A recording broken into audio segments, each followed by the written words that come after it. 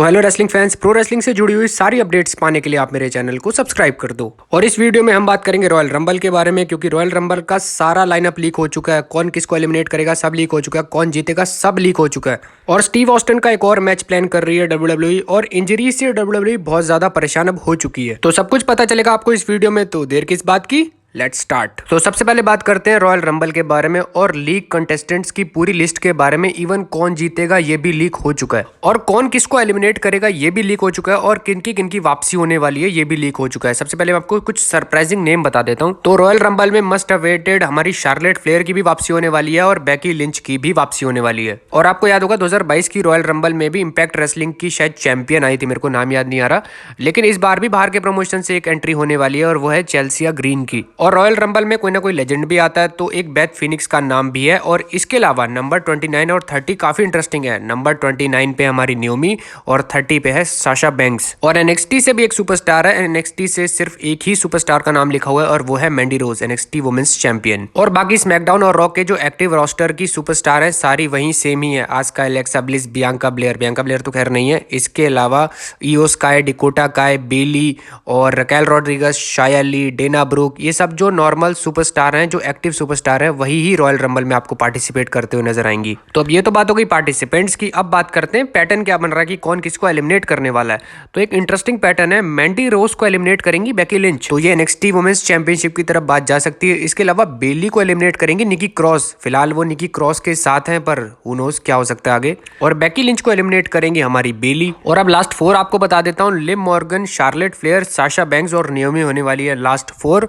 और इस royal rumble को जीतने वाली है हमारी साशा बैंक्स। और इस लिस्ट में बियांका ब्लेयर और रोंडा राउजी का नाम भी नहीं है, और डे 1 पेपर व्यू का भी कोई पता भी नहीं है। इसका मतलब चैंपियनशिप रिटेन ही रहेगी, इन दोनों के पास चैंपियनशिप रहने वाली है। तो ये पूरा मामला था वुमेन्स रॉयल रंबल का। वैसे मैन रॉयल रंबल का भी पूरा पेपर लीक हुआ है, तो उसके बारे में भी जान लो। तो सबसे पहले आपको बता देता हूँ कि ब्लड लाइन की तरफ से रॉयल रंबल में आने वाले हैं सैमी जेन और सोलो सिकोआ, और जजमेंट डे की तरफ से आने वाले हैं फिन बैलर और डोमिनिक मिस्टीरियो। डेमिन प्रीस्ट का नाम इस लिस्ट में नहीं है। और इसके अलावा much awaited return Cody Rhodes का भी रिटर्न होने वाला है इस लीग के हिसाब से रॉयल रंबल में। और कुछ भारी सुपरस्टार के आने के भी चांसेस हैं, उनमें एक नाम है मैट कार्डोना। नहीं समझ आया? जैक राइडर आपको याद होंगे डब्ल्यूडब्ल्यूई में हुआ करते थे, और इतना पोटेंशियल है इनमें कि डब्ल्यूडब्ल्यूई ने साइन कर ले तो एक बहुत टॉप की सुपरस्टार ये बन सकते हैं। आपको याद होगा एक बार रॉक का प्रोमो हो रहा था मंडे नाइट रॉ पे, तो जैक राइडर के चैंट्स लग रहे थे क्राउड की तरफ से, मतलब इतने फेमस हैं। रॉक के प्रोमो के दौरान जैक राइडर के चैंट्स लग रहे थे। और इसके अलावा एनजेपीडब्ल्यू के सुपरस्टार जे वाइट का भी नाम है इसमें, और कुछ तगड़े नाम भी है इसमें। ब्रॉक लेसनर का नाम है इसमें, रैंडी ओटन का नाम भी है इस लिस्ट में, जॉन सीना का नाम भी है इस लिस्ट में, और एज का भी नाम है इस लिस्ट में। और एक इंटरेस्टिंग नाम है जो है सीएम पंक का, वो लेकिन रिंग तक पहुंच नहीं पाएंगे, ऐसा इस लिस्ट में लिखा हुआ है। बिल्कुल लास्ट में एक छोटे से कैप्शन में लिखा हुआ है वो। और होगा क्या सीएम पंक के साथ, तो उनको 3 F5 पड़ेंगी ब्रॉक लेसनर की तरफ से, और ब्रॉक लेसनर उनके स्पॉट पे चले जाएंगे रॉयल रंबल में। और बाकी सब नॉर्मल सुपरस्टार हैं, जो एक्टिव रोस्टर के सुपरस्टार हैं, चाहे वो स्मैकडाउन से हो चाहे वो रॉ से हो। और अब आपको बताता हूँ कि पैटर्न क्या बन रहा है और कौन किसको एलिमिनेट कर रहा है। रे मिस्टीरियो को एलिमिनेट करेंगे उनके सन डोमिनिक मिस्टीरियो, यानी कि जो हम फादर सन का मैच देखना चाहते हैं रेसलमेनिया में, शायद उसकी शुरुआत रॉयल रंबल में हो सकती है। और जे वाइट को एलिमिनेट करेंगे एजे स्टाइल्स। मैं ये नहीं कह रहा हूँ कि एनजेपी की डब्ल्यू का बंदा रेसलमेनिया 39 में एक मैच करेगा, पर एक मैच बहुत बढ़िया बन सकता है, बहुत ही क्लासिकल मैच बन सकता है ये। और इसके अलावा ओमोस को एलिमिनेट करेंगे ब्रॉन स्ट्रोमन, और इसके अलावा जॉन सीना और रैंडी ओटन को एलिमिनेट करेंगे कोडी रोड्स, और एज को एलिमिनेट करेंगे हमारे सेथ रॉलिंस, और ब्रॉक लेसनर को एलिमिनेट करेंगे हमारे गंथर। काफी इंटरेस्टिंग है वैसे ये। और लास्ट के 4 आपको बता देता हूँ, ड्रू मैकिंटायर होने वाले हैं, सेथ रॉलिंस होने वाले हैं, केविन ओवेंस होने वाले हैं, और गंथर होने वाले हैं। और एंडिंग में कोडी रोड्स सेथ रॉलिंस को कर देंगे एलिमिनेट और जीत जाएंगे रॉयल रंबल को। तो कोडी रोड्स विनर होने वाले हैं, और इस पेपर के हिसाब से कोडी रोड्स विनर होने वाले हैं। वैसे काफी चांसेस भी हैं।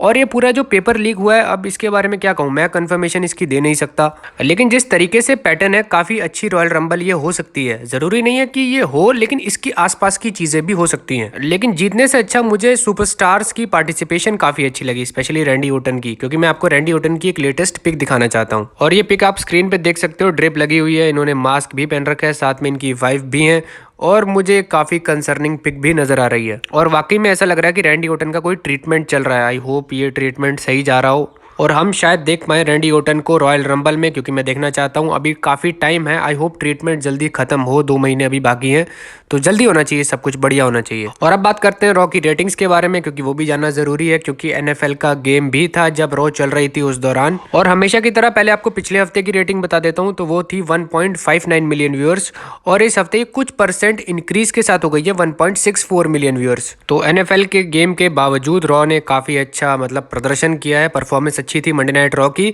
और उसमें एक क्रिटिकल रोल था ऑस्टिन थ्योरी का भी।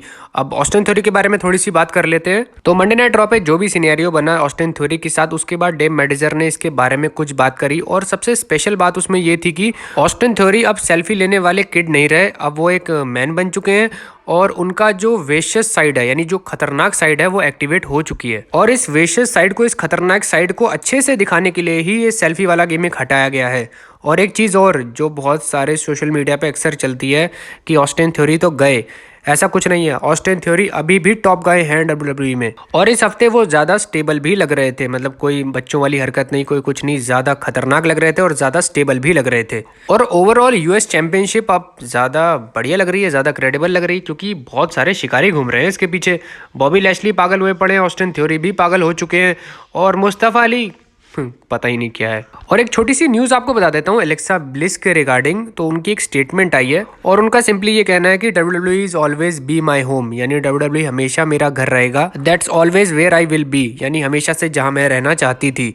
तो सिंपली उनका ये कहना है कि वो कभी भी WWE को छोड़ के नहीं जाना चाहती। तो एलेक्सा ब्लिस उन सुपरस्टार्स की लिस्ट में है जो कभी भी WWE को छोड़ के नहीं जाना चाहती, और उनके लिए WWE ही प्रो रेसलिंग है, और प्रो रेसलिंग ही WWE है। अब बात करते हैं स्टीव ऑस्टिन के बारे में। तो आपको याद होगा रेसलमेनिया 38 में मेन इवेंट, जो फर्स्ट नाइट का मेन इवेंट था, वो था Kevin Owens versus Steve Austin का। और ये मैच इतना बढ़िया गया, इतना सक्सेसफुल गया, इवन रिटायरमेंट के बावजूद, इतने लंबे रिटायरमेंट के बावजूद स्टीव ऑस्टिन ने एक बहुत ही अच्छा मैच लड़ा था। तो अब ये सारी बैक स्टोरी बता दी आपको मैंने, अब बता देता हूँ न्यूज। तो रिपोर्ट्स के अकॉर्डिंग स्टीव ऑस्टिन को एक मैच ऑफर किया गया है रेसलमेनिया 39 के लिए। तो रेसलमेनिया 38 की तरह हम रेसलमेनिया 39 में भी स्टीव ऑस्टिन का एक मैच देखेंगे। अब आप लोग मुझे ये बताओ कि आप कौन सा अपोनेंट देखना चाहोगे स्टीव ऑस्टिन के लिए। लेकिन कुछ ऐसे नाम हैं जो स्टीव ऑस्टिन के अपोनेंट के रूप में चल सकते हैं, या फिर जो सोशल मीडिया पे ट्रेंड कर रहे हैं। सबसे पहला नाम है जॉन सीना का, इसके अलावा रैंडी ऑर्टन का भी नाम है, और एक नाम और भी है, वो है रॉक का। और CM पंक के भी बहुत तगड़े रूमर्स हैं कि वो AEW को छोड़ देंगे, तो शायद आपको CM पंक वर्सेस स्टीव ऑस्टिन भी हो नजर आ सकता है। तो इंजरी की वजह से रिटायरमेंट लेने वाले हमारे स्टीव ऑस्टिन 19 साल बाद रेसलमेनिया 38 में अपना एक मैच लड़ चुके हैं, और अब रेसलमेनिया 39 के लिए भी वो तैयार है।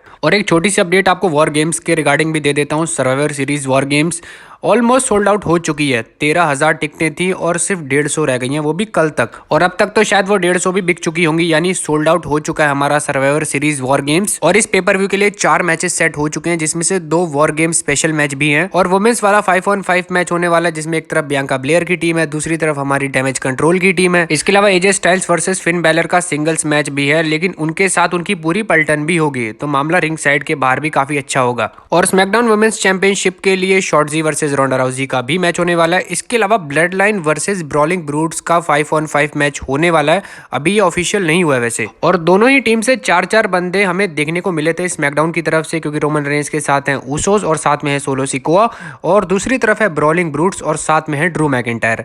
अभी गुंजाइश ये है कि ब्लड लाइन के साथ आ सकते हैं सैमी ज़ेन, लेकिन फेस टीम के साथ अभी एक स्पॉट खाली है, जिसको कौन भरेगा ये अभी सवाल हो सकता है। और आप इमेज में देख सकते हो, या फिर जो सोशल मीडिया पे नाम चल रहा है, जो टॉप पे नाम चल रहा है, वो है केविन ओवेंस का। लेकिन मैं केविन ओवेंस के बारे में इसीलिए नहीं कह रहा हूं क्योंकि उनके रिगार्डिंग भी मेरे पास न्यूज है, और वो न्यूज है उनकी इंजरी से जुड़ी हुई। और इंजरी के बारे में बात करने से पहले मैं आपको क्लियर कर दूं कि सर्वाइवर सीरीज में 4 मैच हैं, अभी और मैचेस की भी गुंजाइश है। सेथ रॉलिंस और ऑस्टिन का भी मैच सेट हो सकता है, इसके अलावा स्मैकडाउन से भी एक आध मैच अभी सेट हो सकता है। तो अब बात कर लेते हैं केविन ओवेंस की इंजरी के बारे में। तो हाउस शोज चल रहे थे, ऑस्टिन थ्योरी के साथ उनका मैच चल रहा था केविन ओवेंस का, और उस दौरान उनको राइट नी में कुछ इंजरी हो गई है, और ये बात अब कंफर्म भी हो चुकी है इंजरी वाली। इसके अलावा उनके MCL और स्प्रेन में दिक्कत है, यानी कि उनके घुटने में अब इंजरी हुई है। तो अनफॉर्चुनेटली आपको शायद वॉर गेम्स में केविन ओवेंस नजर नहीं आएंगे, लेकिन ये वॉर गेम्स को बहुत ही बढ़िया बना सकते थे। मैं इमेजिन कर पा रहा हूँ कितना शानदार उनकी परफॉर्मेंस रहती है, खासकर ऐसे मैचेस में। पर क्या कर सकते हैं। मगर कोई स्पॉट जब खाली होता है तो कोई उसे भरता भी है। तो देखते हैं वो कौन सुपरस्टार होता है। कोई अच्छा सुपरस्टार हो जिसको अच्छी लाइमलाइट की जरूरत हो और वो अच्छी परफॉर्मेंस भी दे वॉर गेम्स में। और क्या पता हमें लास्ट टाइम तक भी ये ना पता चले कि फिफ्थ मेंबर कौन होता है, यानी सीक्रेट सुपरस्टार कोई हो सकता है। तो गॉड नोज आगे क्या होता है। तो इसी नोट के साथ वीडियो को समाप्त करते हैं। ये थी मेरी आज की वीडियो। प्लीज चैनल को सब्सक्राइब कर दो, लाइक कर दो और शेयर कर दो।